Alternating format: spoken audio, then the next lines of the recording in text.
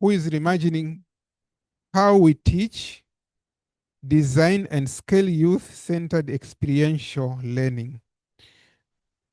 As a senior director of teaching and learning at the University at Buffalo, she created the PIL framework. I think she's going to be talking about the same, a reflective model now informing educators training.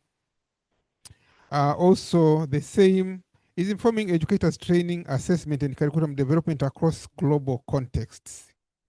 Her work sits at the intersection of experiential learning, sustainable development, and instructional AI, where she nurtures leaders, models, and ecosystems that expand opportunities for skill development and social impact. So in addition to her supervision, to her university role as a senior leader, as we have heard, she also serves as a senior special advisor for experiential learning to the governor of Enugu State in Nigeria. She's also the advisor to Edward's Hamlet Regeneration Center in Uganda. And currently she's undertaking the Fulbright Specialist Placement at Sokoine University of Agriculture in Tanzania. Across these engagements, Dr. Mara Huber acts as a global mentor, consultant, and advisor, helping institutions, governments, and community innovators design programs that connect education to environment, education to opportunity, and accelerate sustainable change. Her current focus is on low resource, high potential environments, working with youth who are ready to cultivate their talent, create opportunities for themselves and others, and lead the generation of communities and the planet. But just for interest of geography, because I'm sure people might say, where is Buffalo? Buffalo University is part of the State University of New York, and is in the state of New York in the United States of America. So I think her CV is very broad, and I won't spend so much time because we already spent more time, and maybe I will say more about Mara after her presentation. So without wasting much of time, please join me to invite Mara Huber on the stage. Do I advance it just there? Okay. Okay. Mambo. That's about all the Swahili I know. If anyone wants to teach me Swahili, I am a slow learner. I am so happy to be here. Yes to all of those official things. But I had an opportunity to mentor Dr. Bakuza back at University at Buffalo, as well as Dr. Godfrey Telly, who is a wonderful educationist as well. So my story with Tanzania goes way back. I don't have time to share it with you, but it is truly a pleasure to be here. I am going to take you on a tour of some of the work that I think is relevant to what you're doing, but then I'm going to leave it open to discussion. And I really hope you'll take the opportunity to ask questions and share reflection. That's the best part. So if you have questions, please make note of those, and we'll have lots of time to get through them. It's okay. Can you hear me okay? Yes. Okay, so this title is very broad, and hopefully there will be lots in there that you can connect with.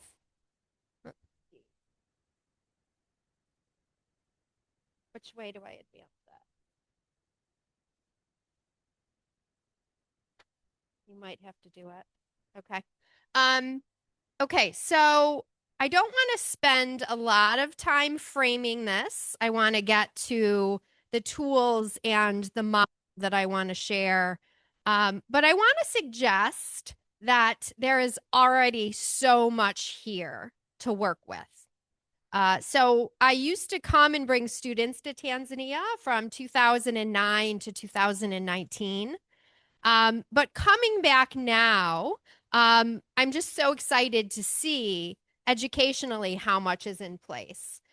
So here are just some contextual frames that are important to me. So the competency-based learning is traveling across Africa. I have been working in Nigeria, where it is being embraced as policy. As you know, across East Africa, there is a very broad, sweeping embrace of skills and competency-based education. We know from constructivism that students learn, that we all learn through doing, and there's a rich body of research to support high impact practices.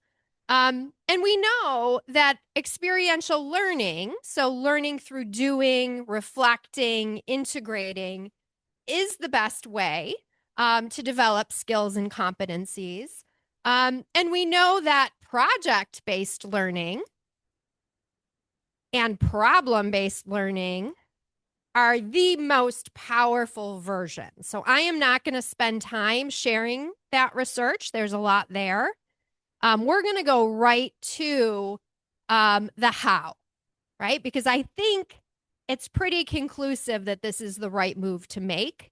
But the real challenge is the design challenge of how to do it at scale when education systems really aren't set up with the conditions to support it.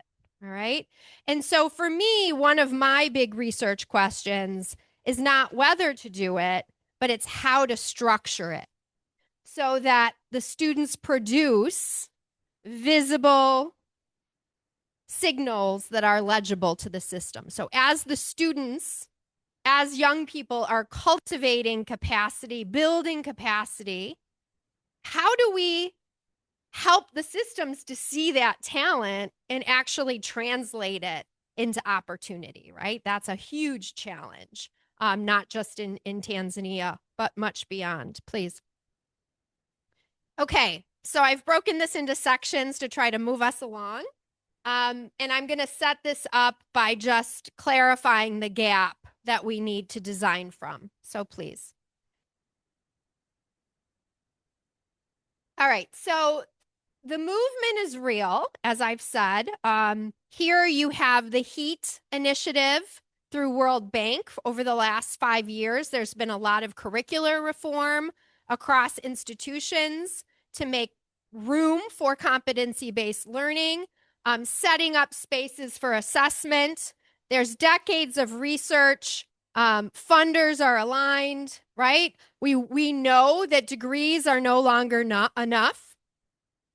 Right? Yes, students need education. I'm not suggesting that degrees aren't important, but we know that young people need evidence of skills and competencies, evidence of doing. So there are structural gaps that remain. Please, next slide. So I want to frame this around this idea that experiential learning is powerful. And once you start to engage young people in hands-on learning, the signal quickly starts to form. What do I mean by signal? How many of you have done project-based learning or experiential learning with young people? Anyone? Inquiry-based, applied learning, lots of different versions of it. It works really quickly. I mean, that's sort of a surprise for teachers. So my work in Nigeria that I'm going to share has scaled project-based learning across the entire state, introducing it through teachers who have no experience with it. So the first thing I did was engage the teachers in experiential learning. We did a hands-on filtration experiment. People get excited. It's interesting. Your curiosity starts to kick in, right? You can feel the energy in the room change because students are having fun and it's interesting, right?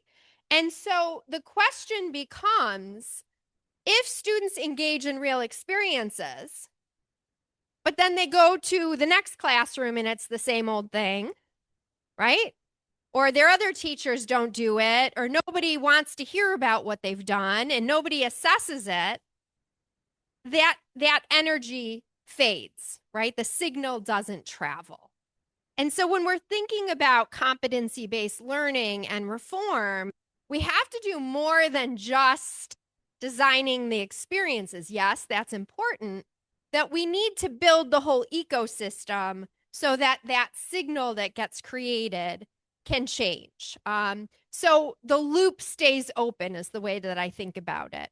So when learning cannot be seen, it cannot be studied, it cannot be defended or scaled. But most importantly, the student can't carry it because it's the students that we are trying to empower, right? And so a student might have an amazing experience, but if you don't help that student make sense of it, develop the narratives, the self-awareness, being able to think about how it connects with what they thought they knew. If the student can't carry it and hold it, then it's not going to have the impact that is so critical. And that's why it's not just a pedagogy problem, right? It is about pedagogy, right? We have to learn how to design projects. We have to support students, but it's really an infrastructure problem.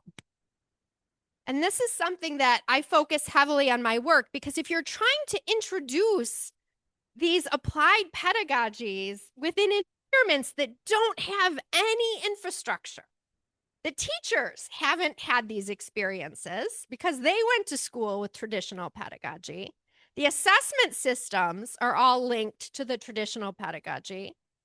The school infrastructure, right? So it's more than a pedagogy. Yes, you have to introduce the pedagogy. I call it interpretive infrastructure. You have to be able to build all of this. And it's a big challenge, right? It's a design challenge. Next slide, please. Oh, you did.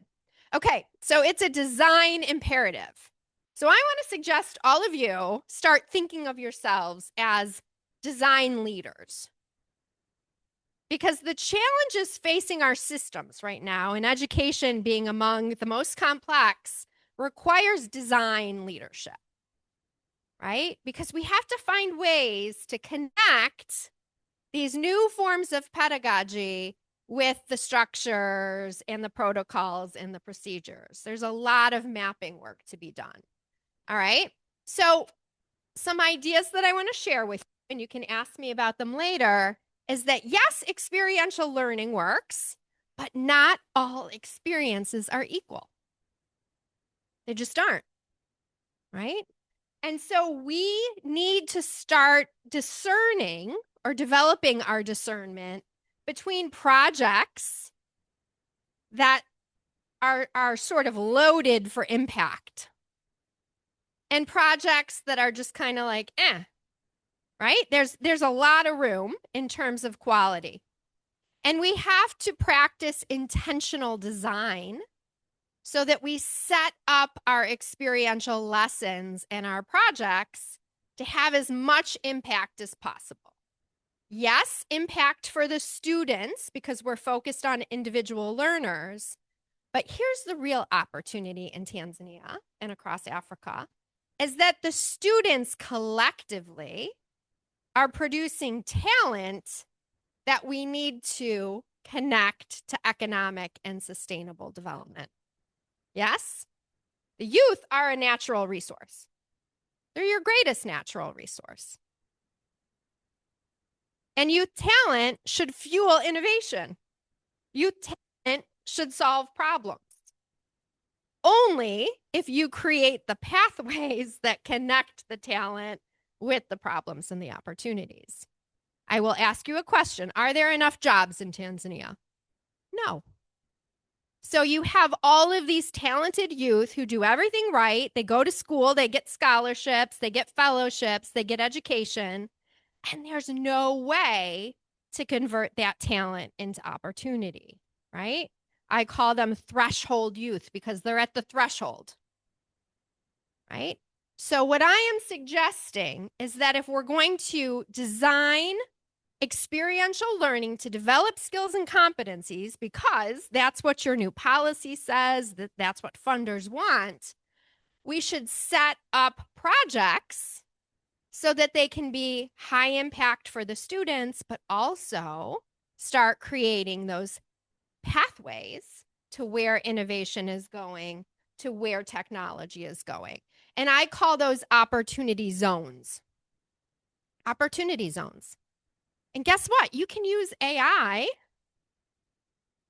to help you figure out what those are, right? If you are interested in robotics and you want to understand how robotics connects to agriculture, AI can help you do all of that analysis. It's not cheating, right? I know we think of AI and cheating, but AI is really good at pattern recognition and taking data and helping to synthesize it. So if you ask AI, what is a pathway between a junior secondary student or whatever your version is studying the curriculum on mechatronics and where innovation is going in this sector, it'll give you a whole series of connections, right? There's so much fertile ground.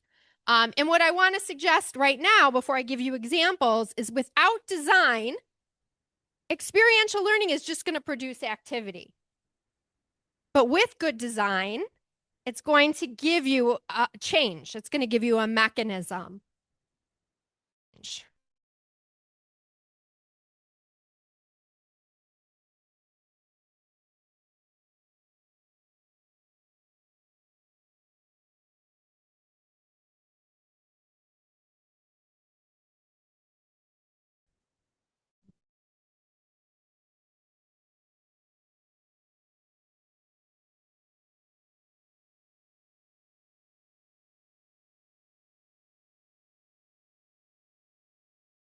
What we're going to do next is to show you the model to do this, right? Because if it's a design challenge, then you need design tools. And so to do this work, I'm going to give you what has proven to be a really flexible, useful tool that you can use for designing projects, supporting projects, assessing projects, and it allows you to do some of this design work, making learning visible. All right, let's go right into Pearl. All right, Pearl is an acronym. It's simple. It's flexible, and I created it, not realizing how useful it was going to be. You can use it for so many things, but basically it means prepare, engage, add value. The E and the A I always put together, engage and add value. You're not engaging just to engage. You're engaging to add value, reflect, and leverage. Now, if you've studied experiential learning, Kolb is the father of experiential learning. Any model of applied or experiential learning is going to have prepare, engage, and reflect. The parts that are unique and powerful here are the idea of adding value and leveraging. By adding those two, the idea that you're engaging to actually have an impact or to add value, and leveraging means you're thinking about how to do it better or what to do next. By adding those two pieces that really go beyond the student, right? We say student-focused pedagogy, but we need the outputs to fuel the economy and to save the planet. We need a mechanism for the student internalizing their learning to go beyond them.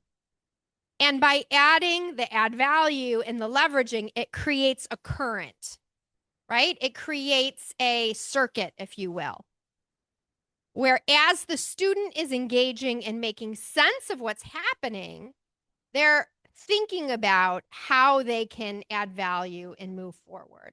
So each of these words in Pearl, you can think of it as some structured reflection exercises. So imagine 100 students doing 100 different projects with 100 different mentors. Some of them working in classes curricularly, some of them doing it outside in clubs, some of them doing it virtually, some of them doing it in person. All of that variability can happen, and yet you have a consistent framework that they're working through. They're all preparing, right? Preparation involves setting context, defining the problem, coming up with a plan. Engage and add value is executing your plan, but doing it in a way that you're going to produce something. This is the most critical piece. You have to have something to show for what you've done. Could be a research poster, could be an analysis, could be creating a website, could be making a video. Has to be something meaningful for some audience where you intentionally think about what you're going to produce. Something for a community. Reflection is unpacking that experience. Should always self-assess on competencies. If you want to develop competencies, you have to have a self-assessment at the beginning. How do you know you're growing if you don't assess where you're starting? Right? Experiential learning is about bringing intentionality to an experience. Pearl is for students, first and foremost. That's important. Because in order to build competencies, the learner is the one who has to be able to say what they learned. The learner has to be able to say, I really developed my communication skills through this, and I'm going to tell you how and why. Those narratives become the evidence if they're grounded in truth, right? They need to be verifiable. So when we do Pearl projects, which is what we call them, the student has to submit the evidence, curated evidence. And everyone wants to talk about assessment. I'm sure you're going to have questions about assessment. The most important assessment comes from the student because they're the ones who are saying, this is what I'm going to do and why. And it's through the self-reflection that they can develop those narratives, right? Because experiential learning in its best form creates new knowledge. But the student is the owner of the knowledge. That's the whole point. So is it important for the professor to assess? Yeah. But it's to give feedback because the student takes that feedback and integrates it into their narratives. So if I have a student in a project who has struggled but has persevered and has shown versatility and, courage, and I say, you did a really good job. That wasn't easy. And here's what I noticed about you. And here's what I'm really impressed with. That becomes internalized. And then that student starts to think about themselves a little bit differently. And they start to talk about themselves differently. The students who I have mentored on Pearl projects come back to me 5 years later and ask for letters of recommendation. And I'm able to write them because I can speak to their character. I can speak to what's special about them. All right? And leverage is about what comes next. How would you build? How would you suggest the next student works with this community? What are some ways that you could have done things differently? That creates that loop, and it makes all the learning that's happening visible. Remember, I said there's an issue with making learning visible. At the University of Buffalo, I'm going to show you how we use this. We have online prompts. When a student starts a project with whoever they're working with, they're doing the project, they're engaging with the professor, but they're going through a series of online prompts, Pearl prompts, where they're asked, look at these competencies. Which ones are you focused on? To self-assess. What was your plan? Get it vetted by your advisor, right? This is but Pearl is for the reflective process of working through that project. And for us, it's all online. No extra work for professors. The professor's doing what the professor was going to do, but the student is working through this process. Okay, next slide. All right, so I've told you it's for students, but it's also a design lens because you can use it to develop the projects. The best projects is something I've been working at SUA on with students. This might be a new idea. We talk about theory of change, right? When you write a grant, you have to talk about what your theory of change is. What are you going to change? Why does it matter? What do you expect is going to happen and how are you going to know, right? It's like an experiment. Good projects have a theory of change, right? I'm going to do this because here's a problem. You know, I'm gonna come up with a proposal for a water filtration system because here's why water is a problem. And here's why I'm going to do what I'm going to do, right? You have to be able to give a compelling reason for why you are doing a project. I've talked about connecting them to opportunity zones. And what I'm finding at SUA, where a lot of, everything's about agriculture in one way or another, a lot of them are doing extension work, is that sustainability, we all talk about sustainability of initiatives. It's a design feature.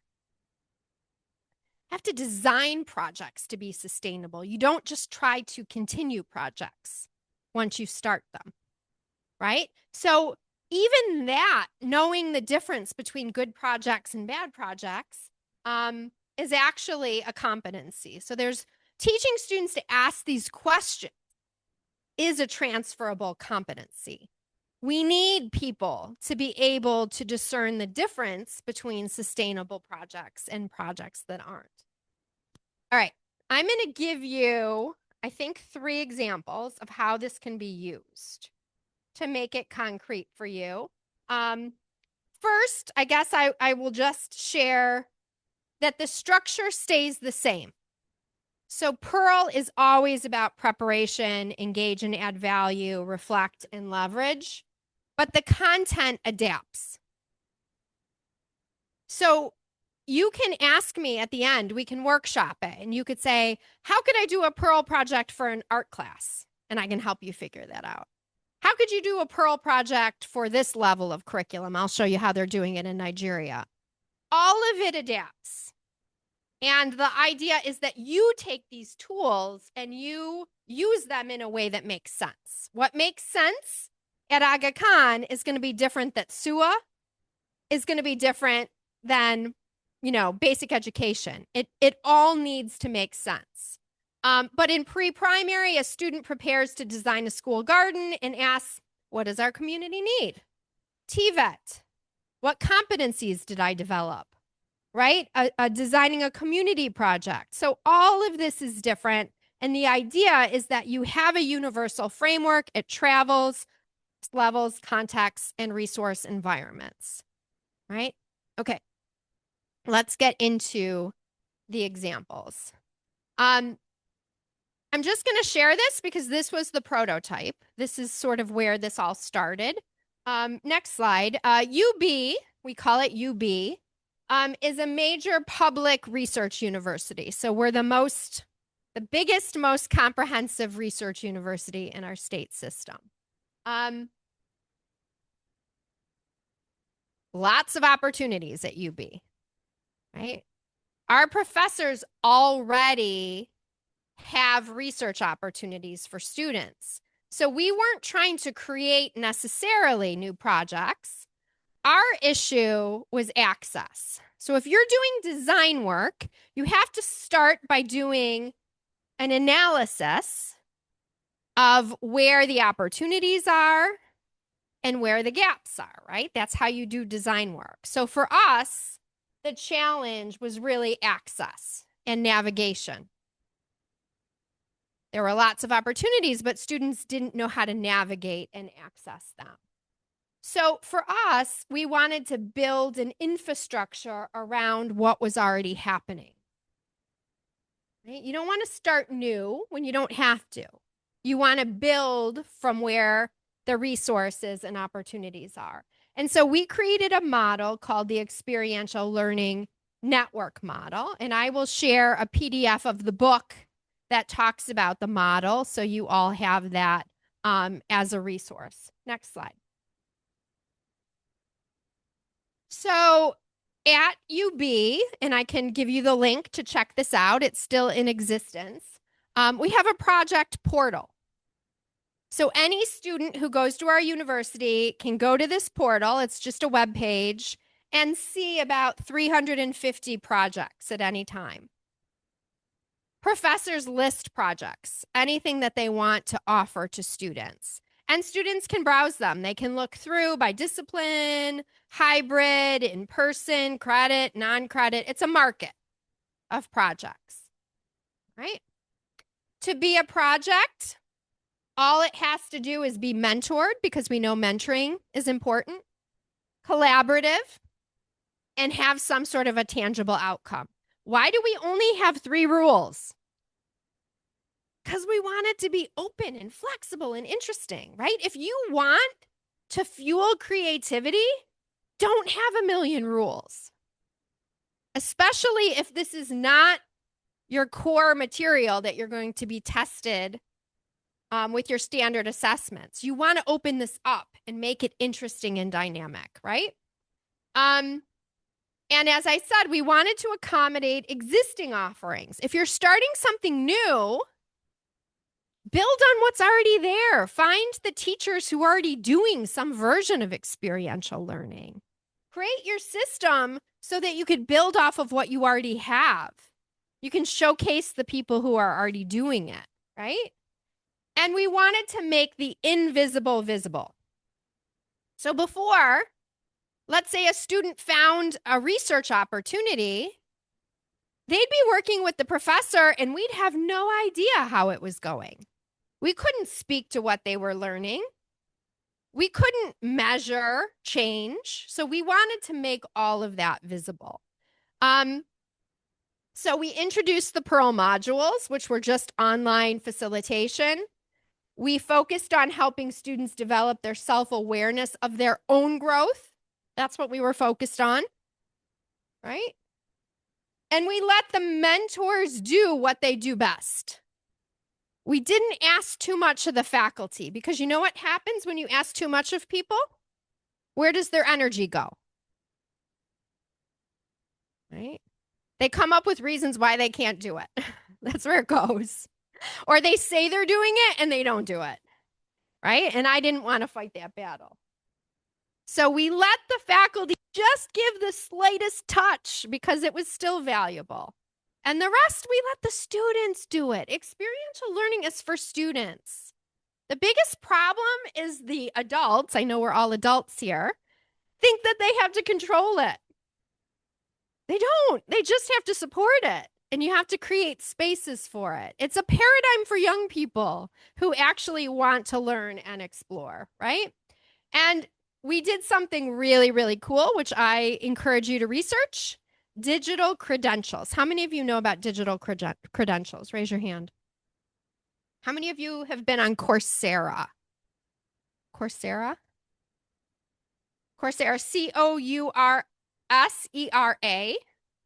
Coursera is this amazing site that has all of these really short sort of online programs that are skill and competency based. So let's say you want to do coding, but coding isn't offered at your university. You could get on Coursera, there are other sites now, and you'll type in coding and you'll see a million types of coding. And you'll see Harvard, you'll see Duke, you'll see institutions from all over the world. And often you can get started for free. But if you want that official credential, that digital credential that shows that you did a leadership class through Harvard, then you have to pay for it. But it's much smaller than a degree. Digital credentials are huge because they show evidence that you have a skill or competency, right? And being able to show evidence of skills and competencies, that's the new currency. So yes, you need degrees. I'm not saying degrees aren't critical. You need degrees and evidence and skills and competencies.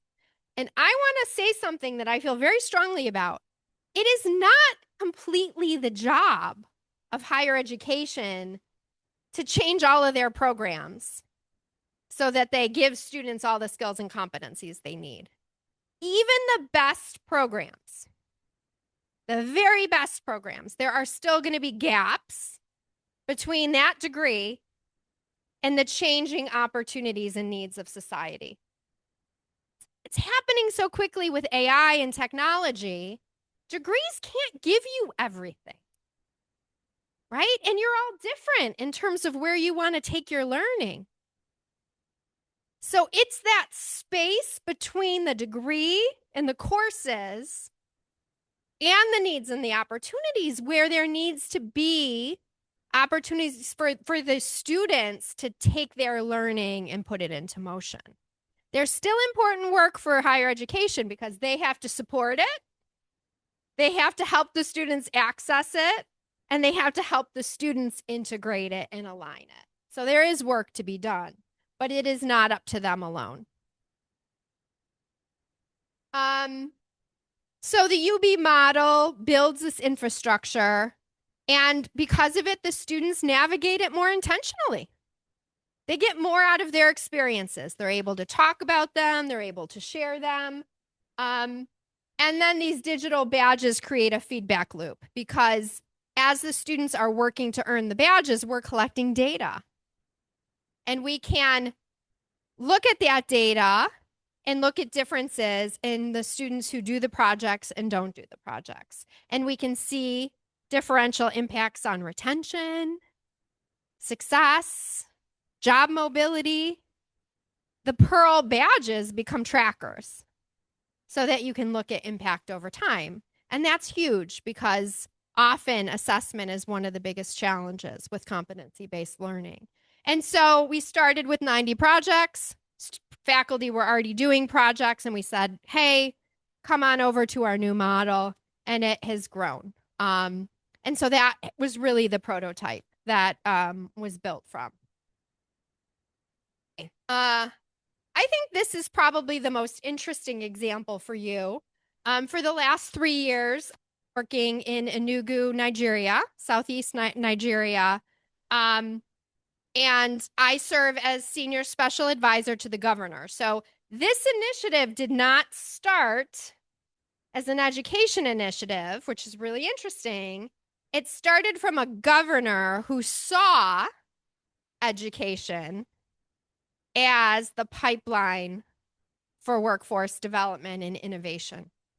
So he saw education as the driver for economic development and decided to reform the whole education system and to build 260 new schools across the state that had the technology, that had the feeding programs, that had all of the conditions. But he saw experiential learning as the core pedagogy. And so that's the work that I have been doing there. Okay, so very different starting conditions in terms of a design approach. Integrated campuses, the vision.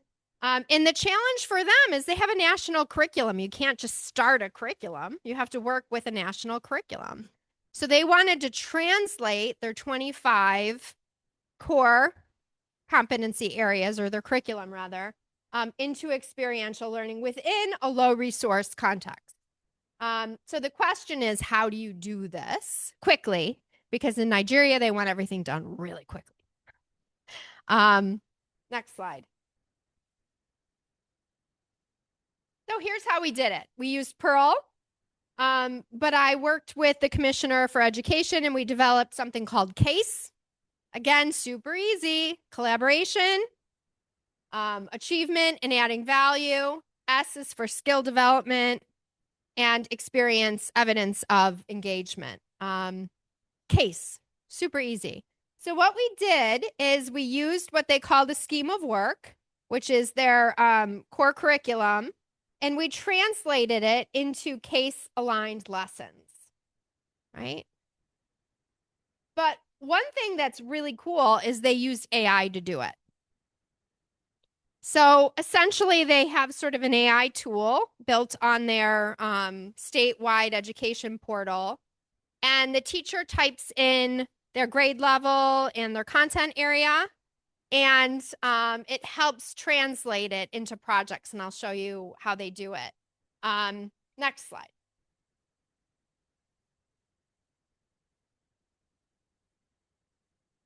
So AI made the translation feasible without starting from scratch. So they use AI.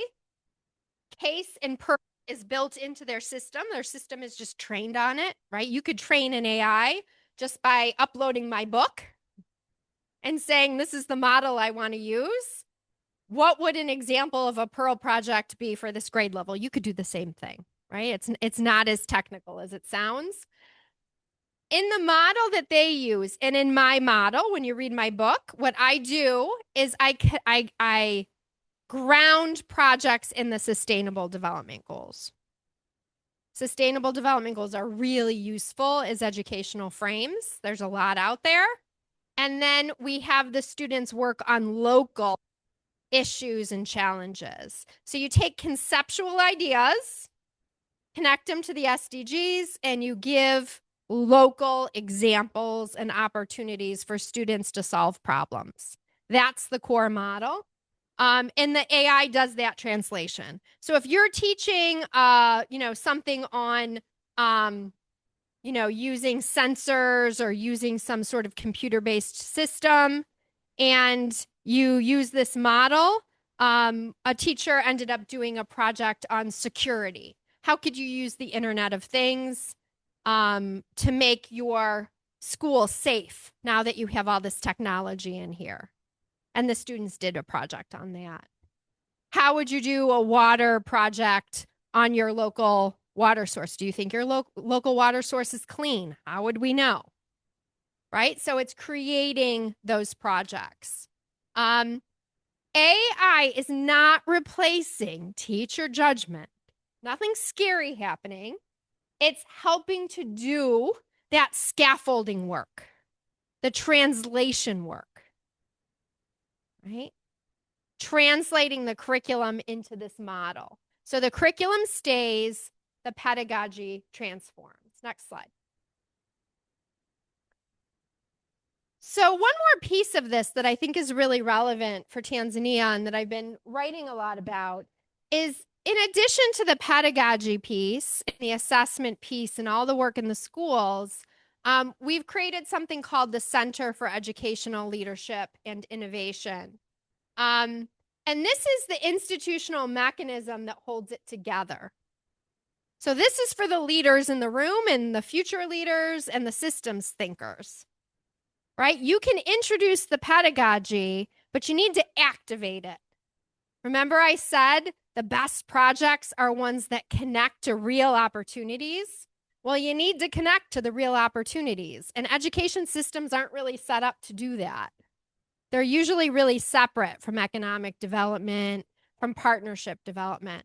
So where I see this going in Africa is if you can get your education system ready and you can get your teacher training ready and develop the expertise, but then you have these centers that can connect the partnerships, the economic development, the entrepreneurship with the education systems, then you've got something really exciting. So in Enugu, CELI is what we call it, is leading teacher training and professional development through institutes.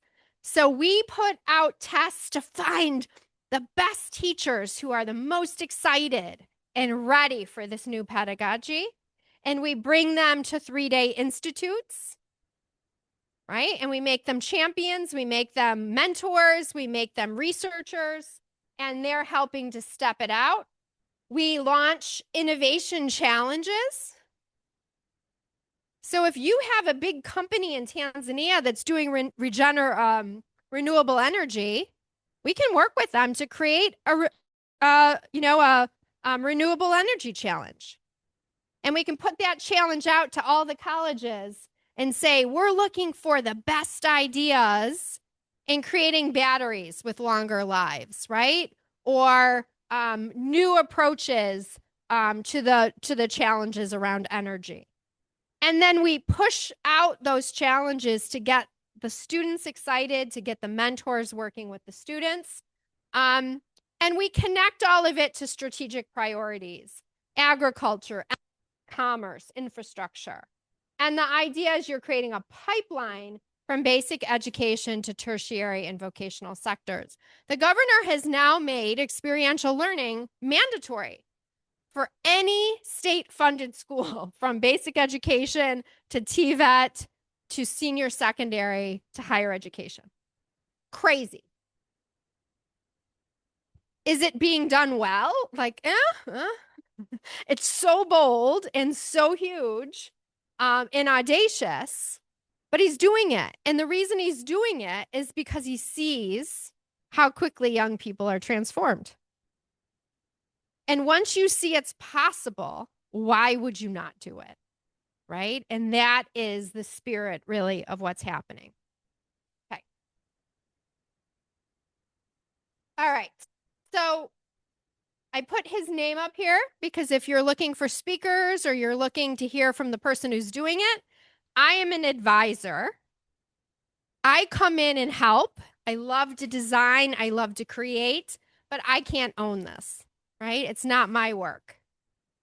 So the person who's really leading the change is my colleague who happens to be a UB professor, who is the commissioner of education there. And he's the one who's leading this. And so he would be a great person to hear from. And I'll give you an article that a paper that he and I are presenting together. Next slide. All right, the third and final example, and then I'll wrap things up and we can talk about this, is SUA. So I am here on a Fulbright. I'm here as a specialist, which means I come and I bring my expertise and I work on a project of significance. And so the project that brought me here is at SUA, and they are interested in introducing Pearl projects within their curriculum. Okay, so I want to tell you what I have found so far. I've been here, I guess this is my third week. Been meeting with faculty, I've been meeting with students. How many of you know people at SUA? Anyone have friends or colleagues who are studying there? Or, okay, probably you have connections, right? SUA is an experiential learning institution. I mean, its programs are applied, right? Students are becoming agriculture extension officers. Education is an experiential learning field, right? So first off, these degrees and these programs are experiential. Students are already moving. If you talk to the students there, they're working in community. Many of them are already working as, for ministry or government positions. They're working with community. They're designing projects, whether they think about it as such. They're solving problems.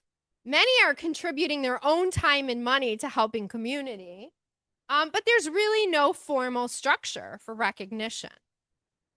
So there's a lot happening, but there's none of that interpretive infrastructure to formalize it. One of the problems I see is speed. Institutions are slow, right? So problems and opportunities move quickly. So when I was first there, the principal shared with me that there was a company that came to SUA and said, we have all this waste, agricultural waste, and we need to figure out how to remove it. Can you come up with an idea? And so she gathered her colleagues, and 6 months later, they presented an idea. By that time, somebody else had come in and taken all of their waste and turned it into profit, right? Because they had an organization. The faculty, the universities are not built for speed, right? I work at one. We're slow, we're thoughtful, we're methodical, we're cautious, we're bureaucratic. We are not built for speed. Young people are built for speed. If they would have opened that up to an innovation hub and opened it up to the young people to come up with the ideas, the young people would have come up with ideas very quickly, and there'd be some really good ones, right? And so speed is an issue. And And so what SUA needs is not a new program. It needs infrastructure. It needs what everybody needs here, is a connective tissue between your programs and the other pipelines to innovation. And so I have just been blown away by the quality of students at SUA, as well as the faculty. There's just so much there, which is really exciting. So I put some names in here because I think it's important to personalize things. I met with a young man, Adam, who's working with a Boda Boda group. And he's designing a way to support students who need to get to the hospital because he noticed that there was no way. So he just did it. That's a project, right? He's building infrastructure, transforming maize cobs into cooking fuel.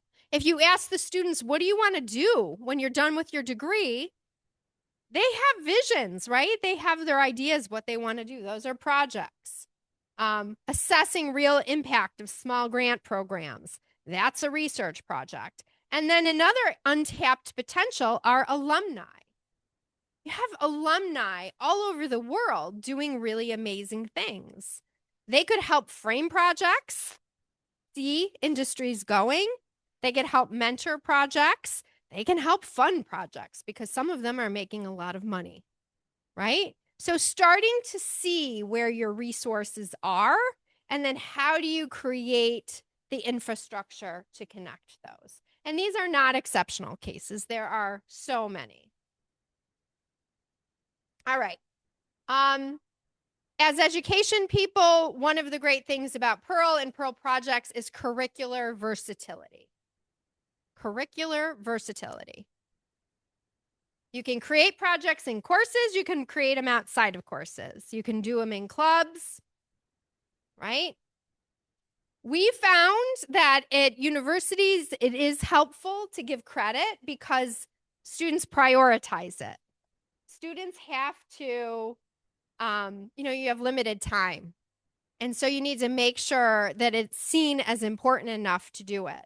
But there are other ways to prioritize. We have a yearly celebration of projects and experiential learning that the president of our university goes to. We give awards, right? Celebrating it, lifting it up, showing that it's important is really important. Latent impact is a way to just think about ahead of time how you load projects. So if you come up with a project, think like, if it's successful, will it matter? Is there a way to design it so that it could have a bigger impact? Just to give you some, my Fulbright is on an agriculture school. So I just want to give you a couple of examples of projects that I've done in Tanzania and Uganda with partners that I think are really powerful to show you why. Anyone here from Mwanza area? No. Mwanza, one of my best partners is in Mwanza, and he uses a hand-powered brick press. Have you ever seen these? Where you can use local soil, no cement, and you press these bricks that interlock so that you don't need mortar. You've seen those? So he works with local youth. He works with people with albinism. He works with out-of-school youth. The bricks have value.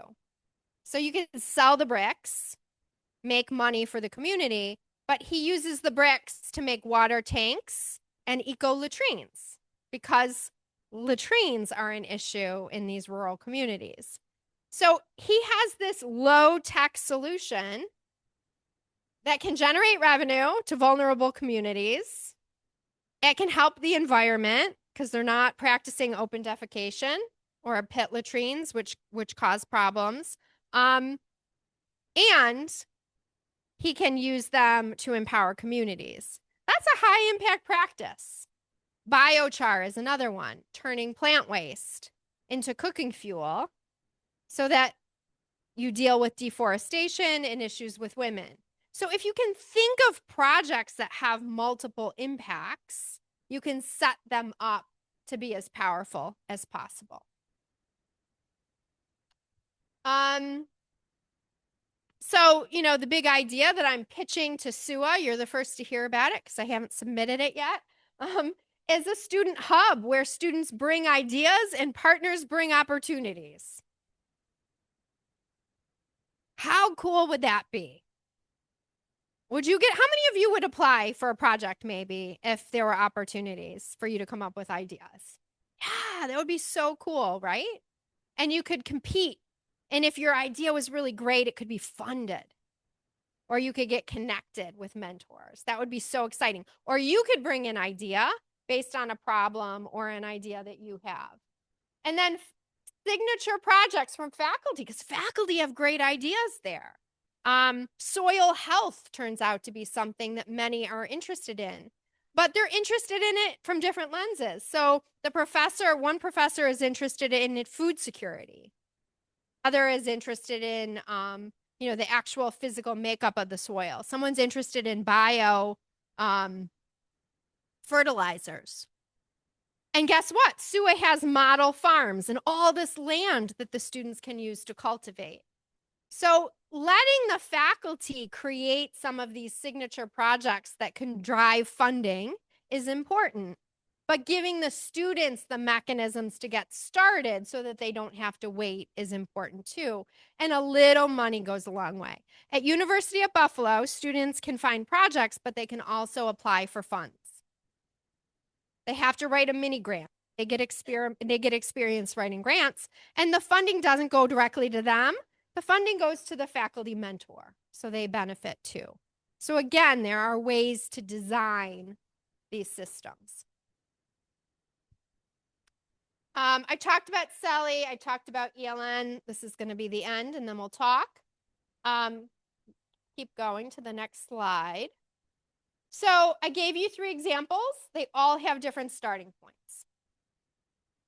Projects already existed at UB. Anugu was starting from a national curriculum.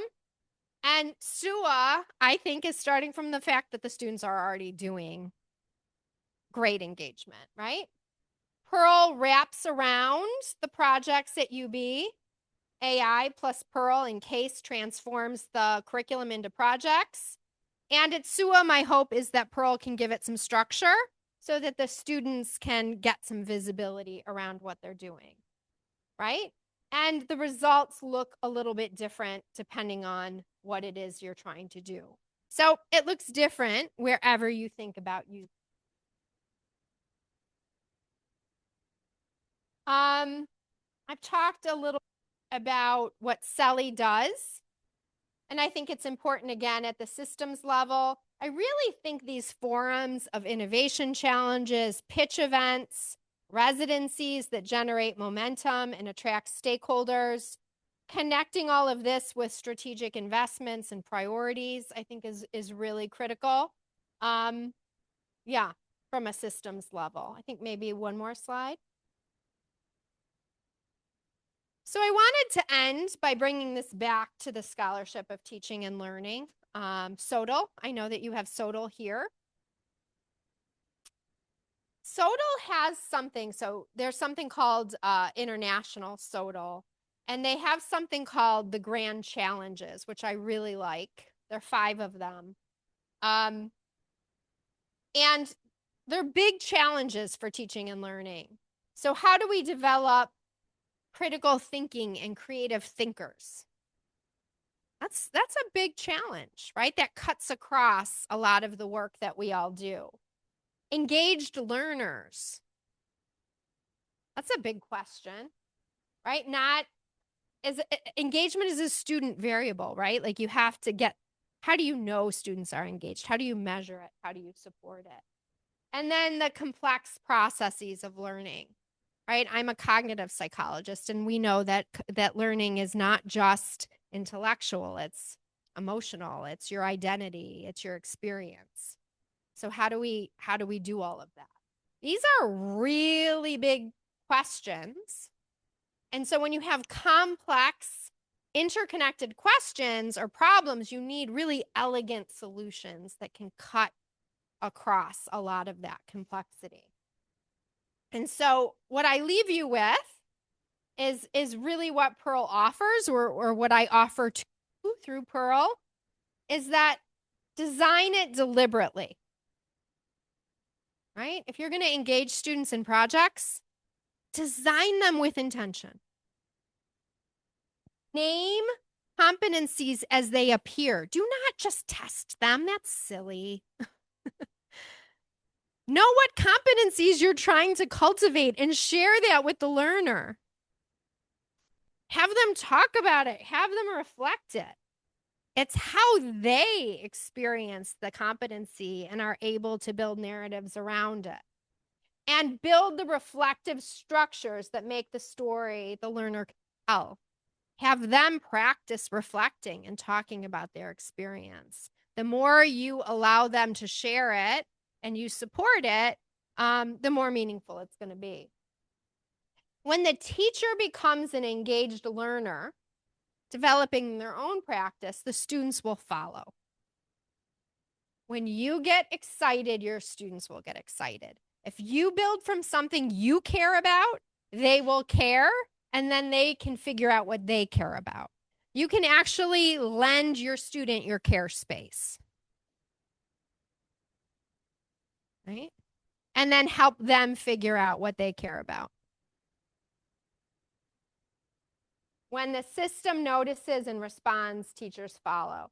Pearl's framework gives teachers and systems a shared vocabulary. Through my work in Nigeria, I've been working on a research grant, analyze the data to see how you scale this, how you assess it. And what I realized from the data is that it's really about circulation. It's like a human body. When you introduce experiential learning, the heart starts to beat and the blood starts to flow. And you can see a reciprocity between students and teachers, and it starts to build, right?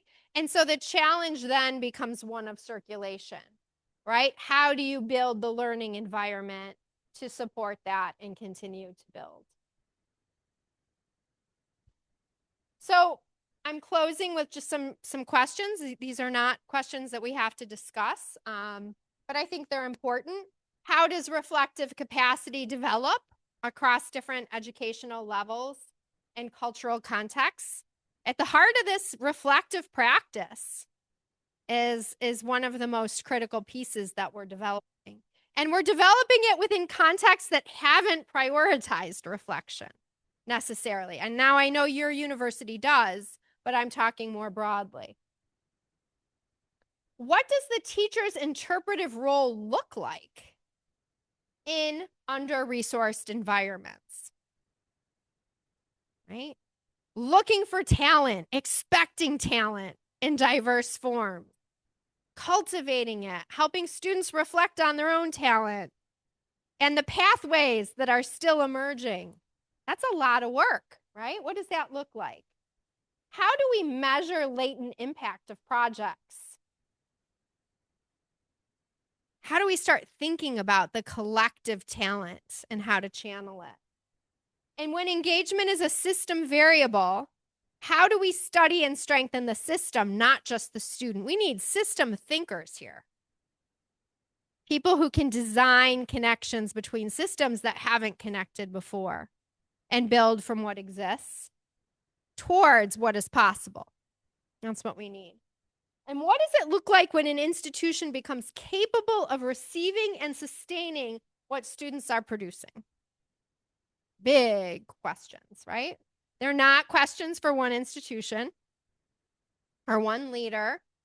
They are questions worth pursuing together. I think that is it.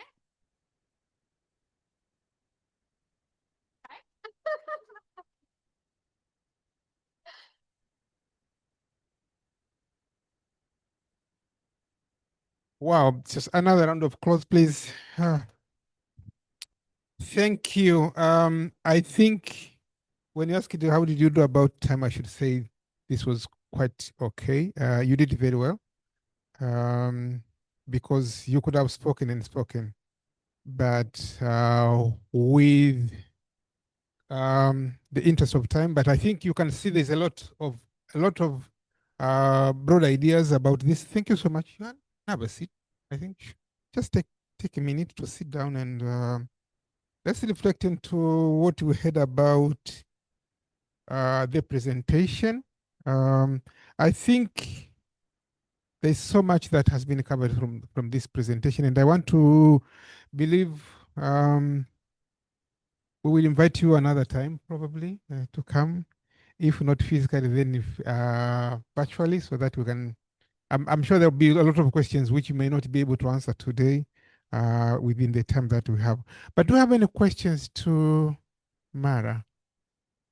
If you have any question, please raise up your hand. And do you have another mic? Yes, please. So he will be able to give you the mic. Reflect on the questions and look at systems. Systems are there, but are we learning quickly to meet them? And what about the pedagogy, and what about the assessment? What about the national curriculum that we have with all these broad ideas that we have? And what worked in Buffalo, and what worked in Enugu, and what worked in Uganda and Tanzania? So all these, what's your take and what's your reaction?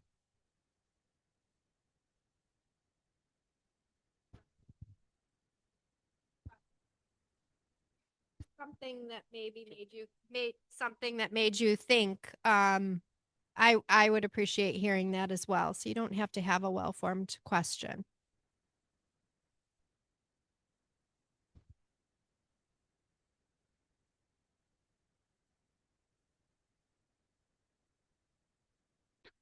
Thank you very much, Professor. My name is Eric Odwar, one of the students in this university. The presentation was nice. I really enjoyed. And one takeaway I have acquired is that time is important as we are implementing the competencies that are here with us. Time factor is equally important because when it is wasted, the opportunities will go and we shall never catch up with them. I have a question that having looked into the systems of PAL and CASE, and it was quite clear that these work hand in hand with maybe AI and sometimes internet connectivity. And how could this be possible maybe in areas that there are no electricity and internet connectivity? How can that be disseminated among the learners so that they get to know clearly how PAL and CASE works with AI? And then this kind of human resource from, for example, from UB, University of Buffalo, is it also available in our local context at home or only in international universities like AKU and the rest? Thank you. Yeah, so they feel very strongly in Nigeria that the teachers need to be able to create Pearl projects with or without connectivity, with or without AI or technology. And so when we do trainings with teachers, everybody is working with what's in their head and what's with their experiences. And so we see technology and AI as a tool, but not a substitute for teacher creativity and teacher ability. So it's a very good question because connectivity is an issue there, and they don't always have access to that. So the projects have to be done in a way that they can be done without technology. And I think that's a really important reminder that technology can't be the substitute for the model or for the teaching. UB's model is for UB, and that's a problem, right? Because colleges and universities often are building things for themselves and for their students. We are able to connect students with partners. So I had students working with partners in Wanza and all over. But one of the challenges, I've been working with Nigeria, I'm working in Tanzania. I think ultimately my solution is to have project portals that cut across campuses that can be national, right? Or could be regional, and that could connect young people with mentors all over the world. Because the reality of it is that when you have a good project, there are resources that can be funneled from anywhere. So I think we're building these at institutions because it makes sense, but the model is designed to be scalable across state systems, across national, across regional.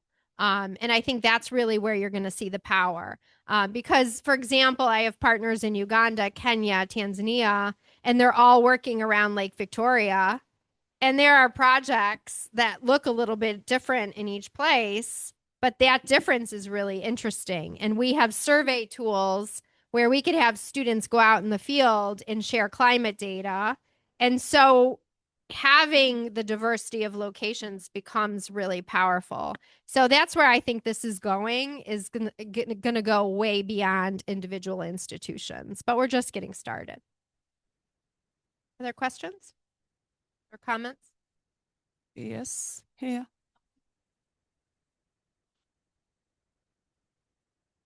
Okay. Yeah, thank you very much. It was a very good presentation. A simple question for classroom practice. When you're using this PAL, what indicators do you have to determine whether student engagement is really deeper and genuine or rather just merely participation? Thank you. So we learned about this through the Enugu work. We did research and we looked at student self-reflection and we looked at the teacher self-reflection and then we looked at some indicators on their performance.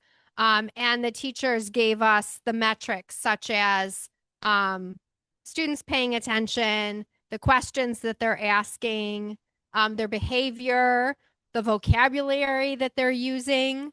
So they're indicators that aren't measured on typical formative assessments and summative assessments. So what happens is if it's working, the engagement goes up, attendance goes up, and then you start to see the more traditional metrics change like performance and so forth.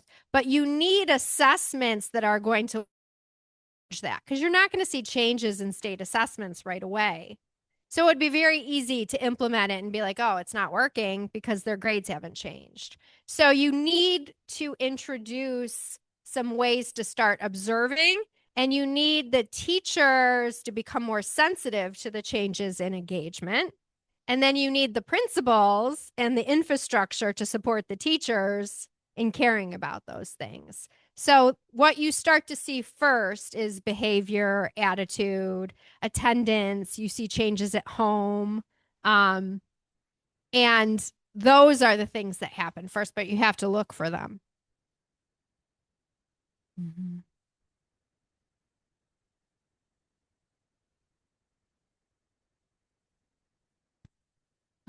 Thank you. Thank you for your insightful presentation. Can you hear me? Yes, I can. Okay. I'm asking, is there room to work with any teacher, for example, here in Tanzania or partner with them?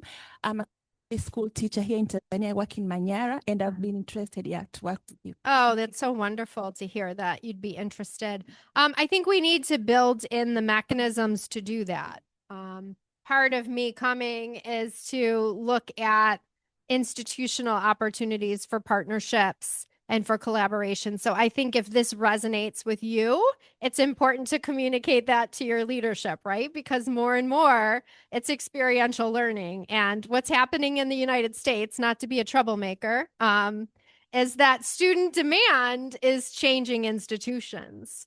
So students choosing what colleges and universities they're going to based on the types of opportunities they have.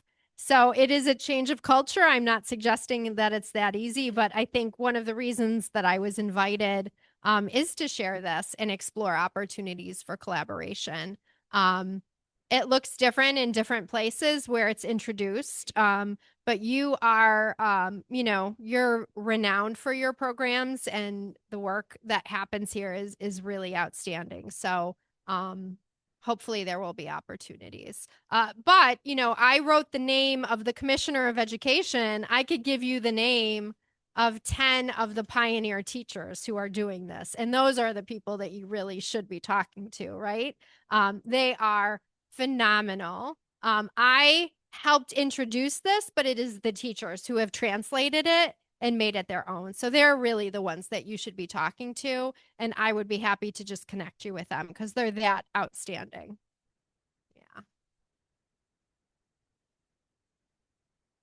All right. Thank you very much for the presentation. It was really amazing. And mine is about assessment.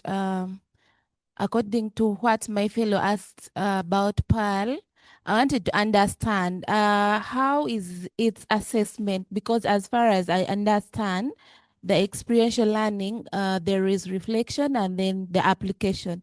So how do you carry out this kind of assessment to know which child or maybe which student has acquired what, the mode of assessment, and then I really want to understand the sustainability, and then how is the feedback given to these students to motivate them? Wow, lots of questions.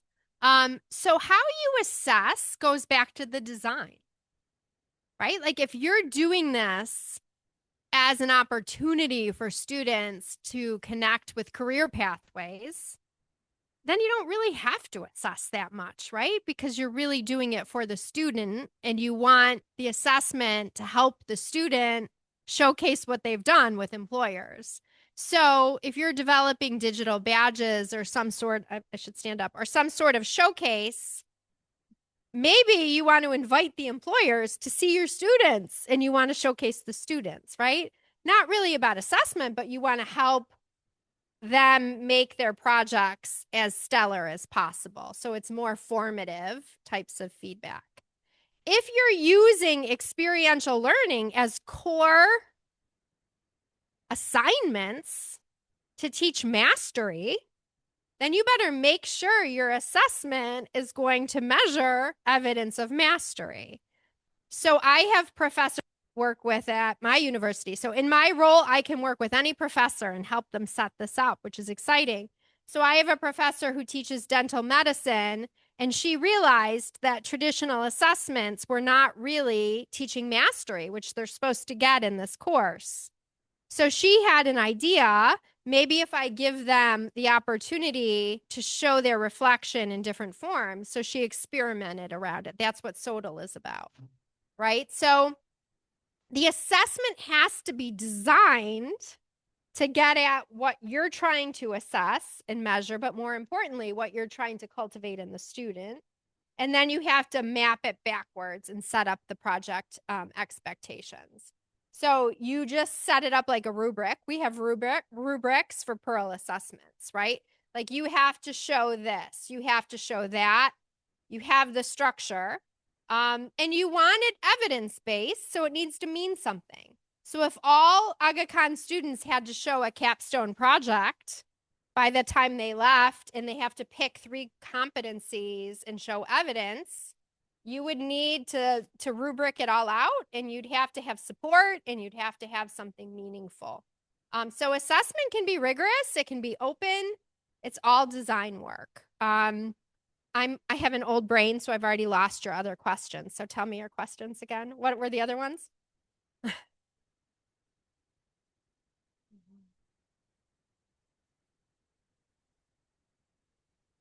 Mm-hmm. Yeah, so UB at our university, you know, in the United States, more and more, it's internships and research experiences that help students get jobs.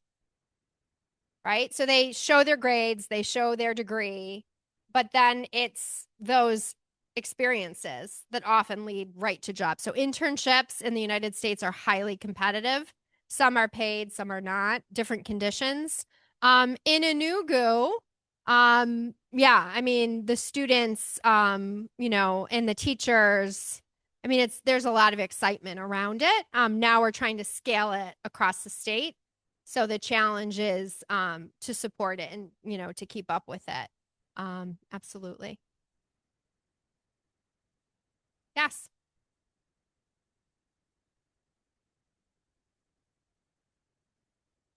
Just trying. Do you want? Okay, thank you so much. My name is Sylvia Shitemi.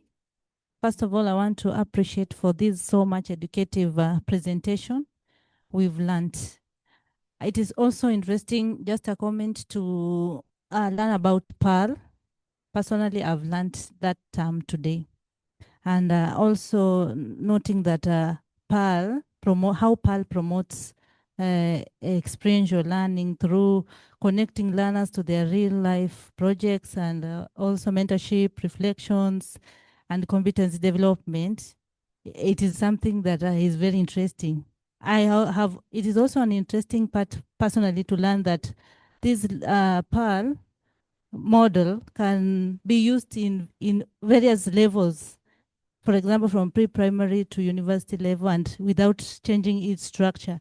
It is interesting. Mine is just a general concern, or it can be a question. How are we able to, or let me say, how is experiential learning able to be implemented effectively in our institutions, which are most of them are resource constraints and have large classes? Yeah. Excellent question. I'm going to give you a concrete example. So at my university, there's a class, technical writing class that all engineering students take. And there are, there's like 30 sections of the class, thousands of students across the sections. And those professors wanted to add a Perl project and they wanted to try it. And so typically the traditional way of that class is the students learn how to come up. They have to write some sort of an analysis or a proposal, and they learn the template for it. And they all have to sort of pick a hypothetical problem or project, and they practice writing the proposal. So the assignment is a proposal using an acceptable format. All I did in working with those professors is I introduced an actual partner doing sustainable development work, happened to be in Uganda 1 year, in Nigeria 1 year. I created a brief on the issues and challenges in that real community. They broke up into teams, and I had them pick different sustainable development goals that they wanted to look at. I created a Zoom call where I actually brought in that partner, and they got to ask questions to the partner. And then they did the same assignment, but this time they did it for a real partner. Not difficult at all. They didn't all go to Uganda, right? They didn't all go out into the community. The professor didn't do anything different, except the students got to care about a community, got to get close to data, and got to think that what they were doing could have a difference. And then the proposals, we had a sort of pitch thing, and brought back the partner to hear about those pitches, right? And then the students who wanted to go further could go further and do projects. So it's creativity. Not everybody's good at thinking about this stuff, but some people are. And I bet in this room, there are those of you who are going to go home tonight and you're going to start thinking about projects. And you can't help yourselves. Because when you start to see problems as opportunities for projects, you're like, holy smokes, there are projects everywhere, right? And there are people who just naturally get this, and then you can be a resource to other people. We need to build this out, all of it. Some of you might try this in teaching. Some of you might be thinking about leadership. Some of you might be thinking about policy. It's new. There's room for everybody. It's just not just, it's being creative. And again, I use AI as a design tool. I structure what I want. I feed in information. I feed in my book. And then I use it to help me think about connections and patterns. That's what it is, right? I control the model. I control what I'm feeding it. But a lot of this work is design work. Do you see that? It's just thinking about things differently and connecting it to what we have to connect it with. We're not going to change rules overnight. We're not going to change whole education curricula. And I don't know that we need to, right? There's a process for that. You can map things to what you need to do and still create new opportunities. It's just a different way of thinking. Godfrey, I want to hear from you. Thank you, Mara. Thank you. Hello. Can I? Yeah. Thank you very much, Mara. Thank you for the insightful presentation. And I miss this. I remember we have been attending this kind of presentations long time ago. Now remind me of those old golden times, some 15, 20 years ago.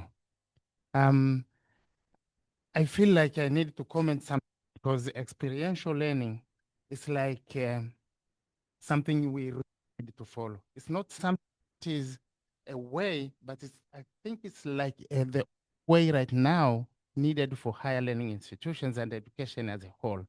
But I think the intervention should be at the higher level of institution transformation of the systems. Otherwise, there will be a danger of this experiential learning concentrated in higher institutions and administrative levels, and to transcend the benefit to those who need most, the classrooms learners themselves. And I think, especially for a country like ours, this intervention is very important, but I still focus thinking of focusing on the system-wide intervention. That's number one. Number two, I was thinking of the issues of assessment. And as Mara said, we really need to have an alignment between what is assessed and what is taught.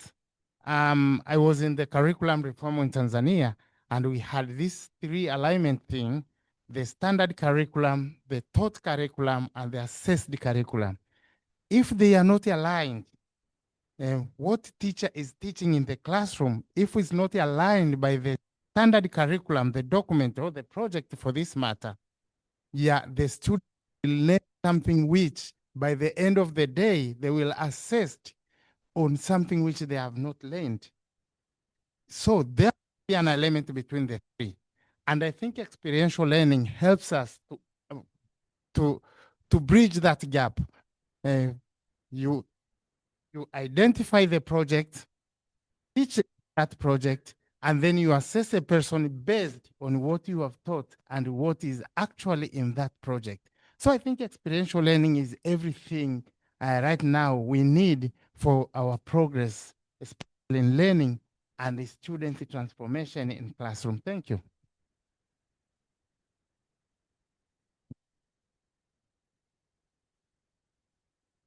Okay, I'll assume that was a comment. Okay. First of all, thank you for a very good presentation.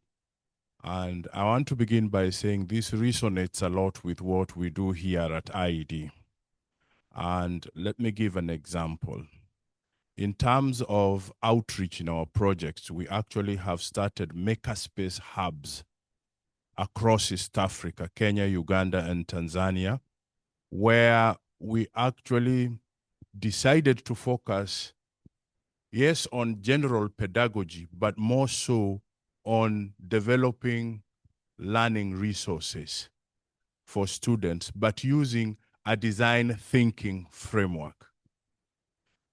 Currently, and actually just last week, I am also from Kenya, where again, IED is adapting design thinking within the framework of human-centered design to improve the quality of teacher training colleges of what you call, or what you would call from where you come from, initial teacher education.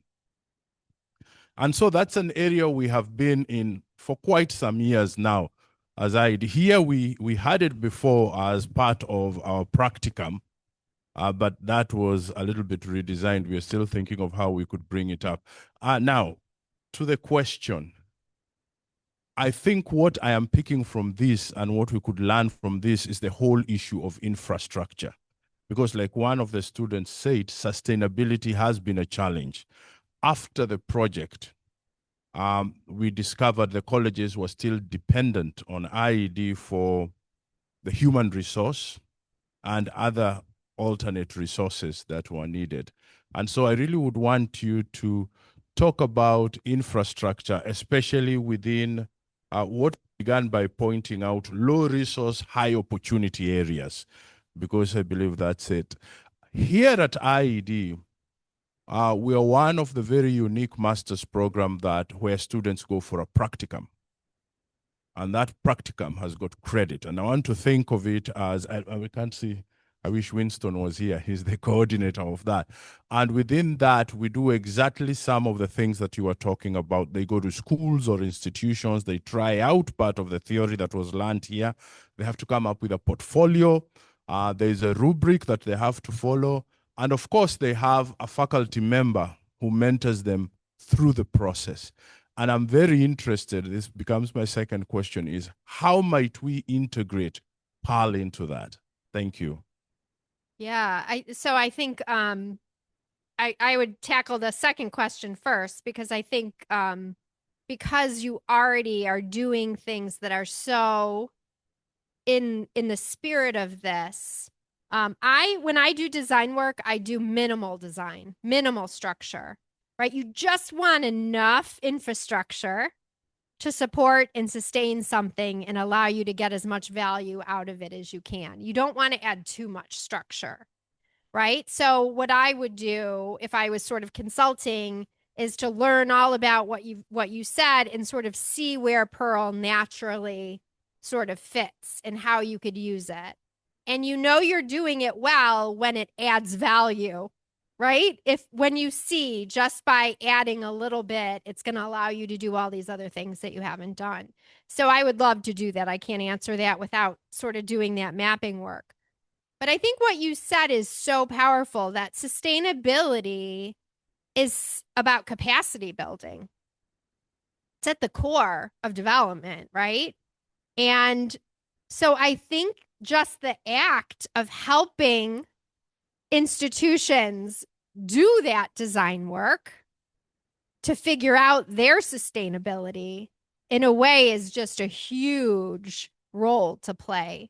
And so, design thinking, human design, extending that work out to, okay, how are you going to sustain this? What is the minimal structure that you can build? It flips very quickly. So I think of my work as being so interesting because I introduce things just enough. Everyone wants me to build out Pearl more and turn it into something that you could buy and implement. And I'm not interested in that, because in order for it to work, you have to translate it. I just do it enough so that you can figure out how it would work here, because you can't skip that translation because context matters. So I think, figuring out how Pearl or something like Pearl, I don't know, maybe you'll come up with something different, would allow you to extend your work, will then allow you to look at others and help them. It's sort of like a metacognitive kind of flip, right? Once you realize you can sort of step away and come up with something like this, you start thinking about how you can help others. So I think that's the sign that it's working. And I think that work is huge, because whether it's community development, whether it's institutional capacity building, that idea of being able to make your growth visible is really powerful. Like, that's what we all need. So I don't have an easy answer, but I would love to work with you to figure it out.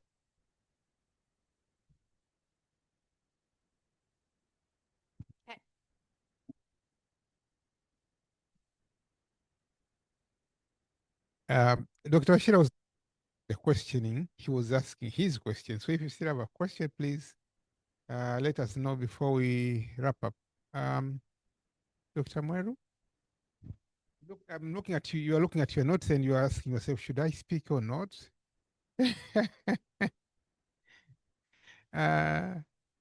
Anybody else? Okay. Sure, you're going to get a picture. Yeah. So let's appreciate that someone who said time is of essence. I think and agree that much as would want to continue asking questions, but let's believe that, yeah, time factor is important. We have to stop here and appreciate that what we learned today in a very short time was worth time spending here. We have learned from, and I know I know the challenge that people are thinking, and this is probably that what Dr. Terry was referring to when he said about the, there's this interest, but there's also fear of the structures that we're already working in. People want to graduate, and as we said, we want to graduate with GPA. We want people, so you're telling teachers, if you're speaking to the head teachers, we do leadership training. And you talk about these things that Dr. Oshiro was talking about here, but they say, yeah, but I have this pressure. My students have all to pass. And if I waste time on, and that's what they will tell you, if I waste time on this project, I won't be able to finish the curriculum. So there's a pressure of curriculum, but the thing is, that's, as you were showing the frameworks here, how can we integrate the same thinking in the curriculum so that when students are doing this, they're actually implementing the curriculum itself. There's no time that is waste. So learning does not end here. And please, the resources that she was making reference to are all available online. And I'm happy I'm going to share the links to where they are. But I think you'll be okay if I share the book that you said. So the book on experiential learning, we have a PDF, and I'll be happy to share with all of you. With this, I want us to thank you, Mara.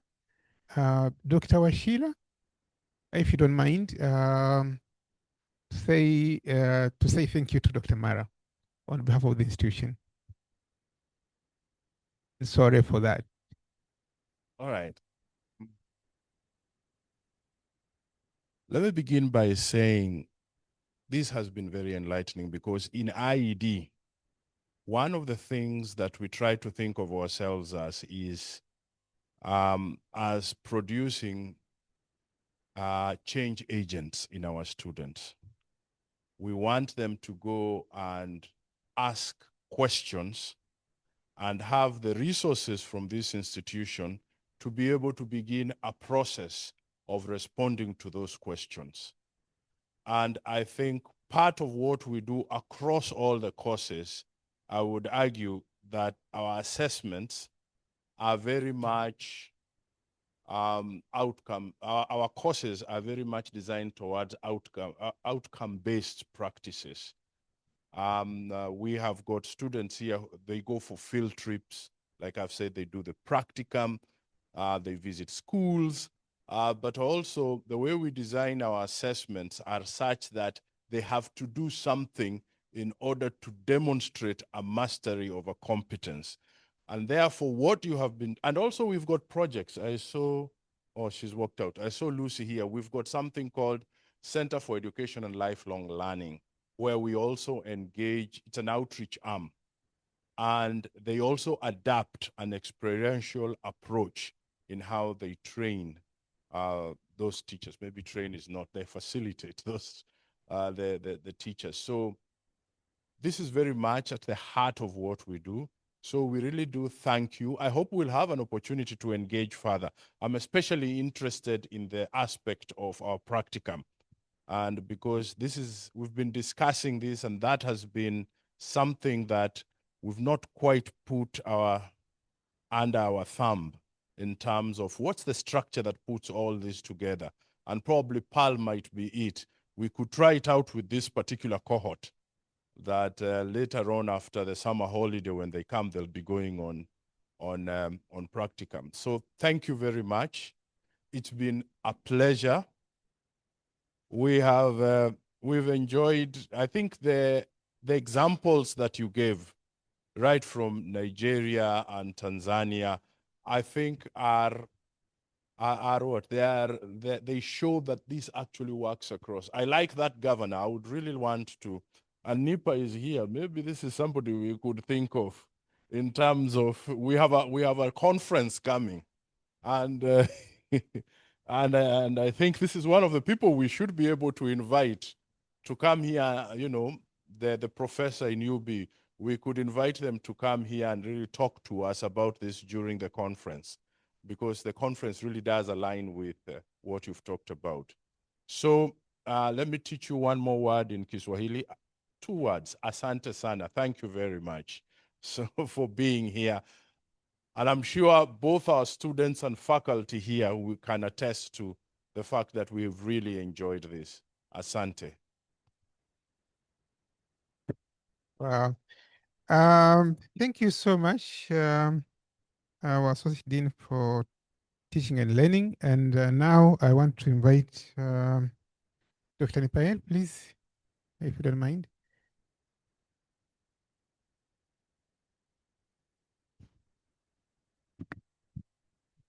Yeah, so actually while Dr. Washira was talking about the upcoming conference, when I was listening to her talk, I was actually thinking the same, and I've got a little something to bribe her with, so she might agree to our. On behalf of the Aga Khan University, these are some of our publications, and as our way of saying thank you for the wonderful presentations.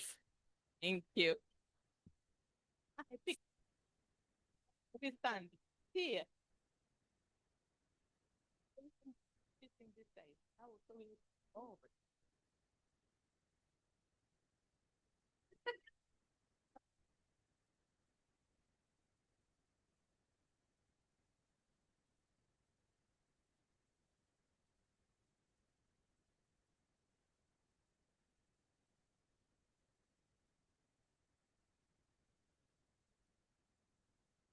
So thank you so much for this wonderful research seminar series. And as I said the other day and today, and this just is open for public, but also we want to engage thinking, critical thinking, like this one that you have brought us, Dr. Mara. As Mara said at the beginning, happy to be one of I was actually working with her in her office, and I enjoyed all these kind of, as Godfrey was saying. So actually, Godfrey started. So Godfrey, do you want to remember those moments? Godfrey is good. Is Godfrey? I was trying to explain about Godfrey started working with Mara, and then and then I stepped in. So we enjoyed, and as Godfrey said, it's true that we enjoyed you, but it is nice that you have been able to find time in your tight schedule with Morogoro, with us, with Open University, and many others in the embassy, but at least to find time to speak to us. So when she said she was coming to Tanzania, and I said, can you please have a time to speak to our students and faculty? You must have appreciated that my thinking was right and her decision was quite right, right? So thank you so much. We will go out for a group photo, and then I think that will mark our end for RSS. Thank you those who are online for your time, and we really appreciate the feedback that we were able to get from you as well. Thank you so much. And please, the IT will lead us into the group photo.